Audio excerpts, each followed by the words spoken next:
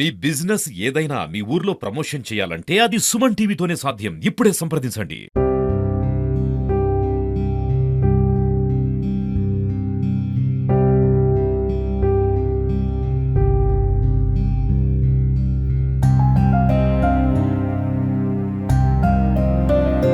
నమస్తే, welcome to Suman TV. Nizamabad జిల్లాలో దారుణం చోటు చేసుకుంది.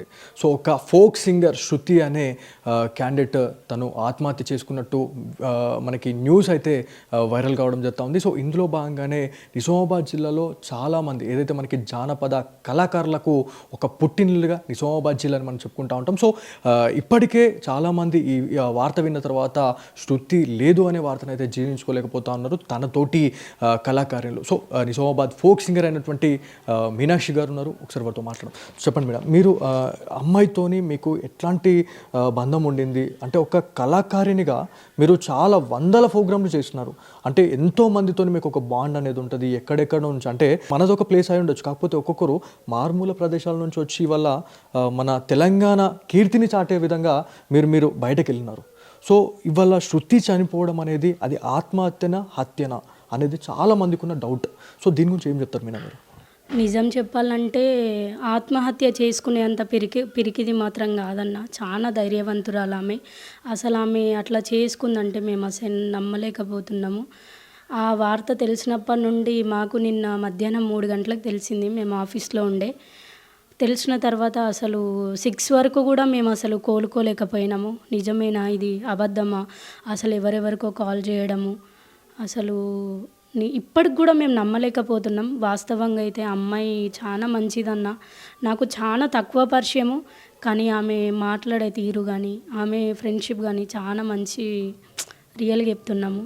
సో శృతి గురించి మాట్లాడుకుంటే చాలా తక్కువ టైంలో తను ఒక చాలా ఉన్నత శిఖరాలకు వెళ్ళిపోయింది అన్నట్టుగా చాలామంది కళాకారులు కూడా చెప్తా ఉన్నారు. సో ఇది నిజమేనంటారమ్మా? నిజమేనన్న. ఆమె అంటే ఇవాళ రేపు సమాజం ఎట్లయిపోయిందంట, ఆమె చాలా మంచి వీడియోస్ చేసింది.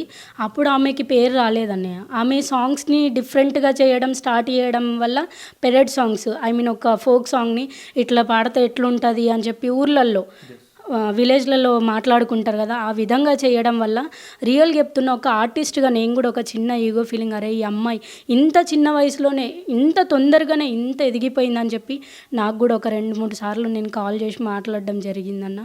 ఆ అమ్మాయి ఇక్కడే నా పక్కనే ఉంటే కూడా ఎల్లమ్మ గుట్ట దగ్గర ఉంటుండే రూమ్ తీసుకొని 2-3 సార్లు మన ఇంటికి కూడా రమ్మని పిలిచినాను, బట్ రాలేదు. ఇప్పుడు ఆమె లేదనే విషయం కూడా అసలు మేము జీర్ణించుకోలేకపోతున్నాము. నాకైతే అసలు నేను ఇక మనిషి అవుతలేనన్న. నిన్న నైట్ అంతా కూడా అమ్మాయి వాళ్ళ ఫ్రెండ్ ఇక్కడికి రావడము చాలా మంది. నేను ఇన్స్టాలో పెట్టిన ఎంబటే రియల్ చెప్తున్నాను, నేను ఇన్స్టా 21లో స్టార్ట్ చేసిన. ఈరోజు ఆమె పోస్ట్ పెట్టడంతో మీరు నమ్ముతారో నమ్మరో 37 మినిట్స్లో కొన్ని వేల మంది ఆమె వీడియో చూసుకుంటా అసలు ఏమైంది ఎవరికని చెప్పాలన్నా. నిన్న ఇన్స్టాలో పెట్టినప్పటి నుండి నార్మల్ కాల్స్ కాదు, నార్మల్ మెసేజ్ కాదు, ఎవ్వరికి చెప్పలేకపోతున్నాం. ఇక డైరెక్ట్గా లొకేషను ఏమైంది సిస్టర్ ఏమైందంటే అసలు ఏం చెప్పలేకపోతున్నాం. క్లారిటీ లేదన్న. నిజంగా చెప్పాలంటే ఆమె మాత్రం చనిపోయేంత పిరికితనం మాత్రం ఆమె దగ్గర. 20 రోజులలోనో పెళ్ళి, 21 రోజు తన వల్ల చనిపోయింది అంటే అందరిని విడిచిపెట్టేసి ఆమె తిరిగి లోకానికి వెళ్ళిపోయింది. అంటే ఈ మధ్య కాలంలో చాలా చూస్తున్నాం మనం. అంటే సోషల్ మీడియాలో ఇన్స్టాగ్రామ్, ఫేస్బుక్, ట్విట్టర్ ఇట్లాంటి సోషల్ మీడియాలో చాలామంది పరిచయం అవుతూ ఉన్నారు. సో క్షణిక ఆవేశంతో క్షణిక ప్రేమను కూడా వాళ్ళు సృష్టించుకుంటూ ఉన్నారు. సో దాంట్లో ఎవరి మంచోళ్ళు ఎవరు చెడ్డోళ్ళు అనేది కూడా మనకు ఆలోచించేంత టైం కూడా తీసుకోవట్లేదు. సో వాళ్ళకు మీరు ఏం చెప్పాలనుకుంటున్నారు? నిజం చెప్తున్నాను, రియల్గా అక్కల్లారా చెల్లెళ్ళారా తమ్ముళ్ళారా మీకు చేతులెత్తి నమస్కరించి చెప్తున్నాను, మీరు ఆవేశపడకండి. రియల్గా చెప్తున్నాను, ఇలాంటి విషయాలలో మీరు ఒక్క 100 సార్లు ఆలోచించండి. నేను ఎన్నో వీడియోస్ చూస్తున్నా, ఇవన్నీ ఇన్స్టాలో చూసి నిజంగా పిచ్చిలేస్తున్నది. మీరు అది ప్రేమనా అది ఆకర్షణనా అది తెలీదు. నాకైతే తెలిసి ఇది ఏంటిదంటే రియల్ చెప్తున్నా, ఇది మీరు తొందరపాటుతోని మీ నిర్ణయాలతోని మీ లైఫ్ని వేస్ట్ చేసుకుంటున్నారు.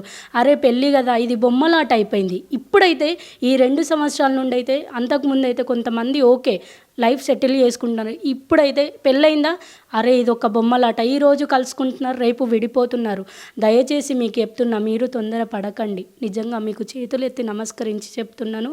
మీరు నాతోటి ఆడపిల్లలే కాబట్టి అన్నదమ్ముళ్ళకి అందరికీ ఒక్కటే విషయం అన్న నేను చెప్పేది, తొందర పడకండి. మీకు ఏదైనా ప్రాబ్లం ఉంటే మీరు వాళ్ళతో ఓకే తప్పు చేస్తారు, ఈ సమాజంలో తప్పు చేయని వాళ్ళు ఎవ్వరు ఉండరన్న దాన్ని ఆలోచించి ముందడుగేయండి. మీ ఫ్యామిలీతోని స్పెండ్ చేయండి, వాళ్ళకి మీ ప్రాబ్లమ్స్ చెప్పండి, వాళ్ళు ఏ డిసిషన్ తీసుకుంటారో ఆలోచించండి. ఏదైనా కూడా మన ఫ్యామిలీ చెప్పింది కరెక్ట్ అన్న, నిజం చెప్తున్నా. మనము ఇప్పుడు ఆలోచించకుండా అరే ఈరోజు ఒక ఉదాహరణకి నేను మ్యారేజ్ చేసుకున్న ఒకప్పుడు వద్దు అని చెప్పే వాళ్ళు ఉండే, తర్వాత నేను ఆలోచించిన కాదు ఇది కరెక్ట్ కాదు, నేను స్టెప్ తీసుకున్నా, ఇప్పుడు నాకు అర్థమవుతుంది. అది ఎవరైనా చేస్తారన్నయ్య, తప్పు ఎవరితోనైనా అవుతుంది.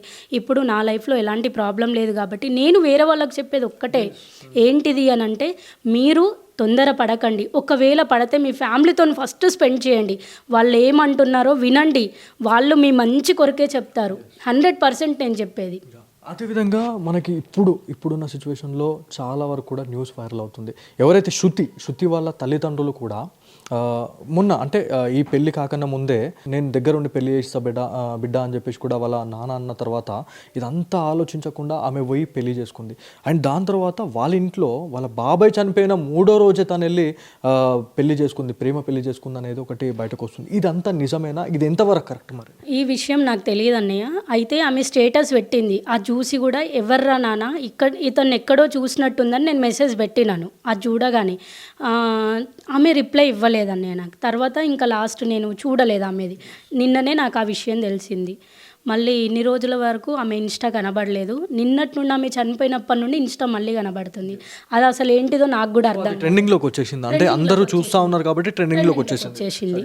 మేము ఇన్ని రోజుల నుండి అంటే నార్మల్గా చూస్తాం కదా, చూసేటప్పుడు ఈ సాంగ్ మనం కూడా రీల్ చేయాలని సేవ్ చేసుకుంటాం కదా, అట్లా అని చెప్పి నేను కొన్ని సేవ్ చేసి పెట్టిన. ఆమెది ఐడి కొడుతుంటే కూడా రాలేదు. బట్ ఈరోజు మాత్రం మొత్తం ఇన్స్టాలో ఆమెదే మొత్తం ట్రెండింగ్లో అయిపోయింది. ఎవరైతే దయా అనే క్యాండిడేట్ గురించి మాట్లాడుకుంటే తను ఒక కార్ డ్రైవర్ అని చెప్తా ఉన్నారు, సిద్దిపేటకి సంబంధించిన వ్యక్తిగా చెప్తా ఉన్నారు.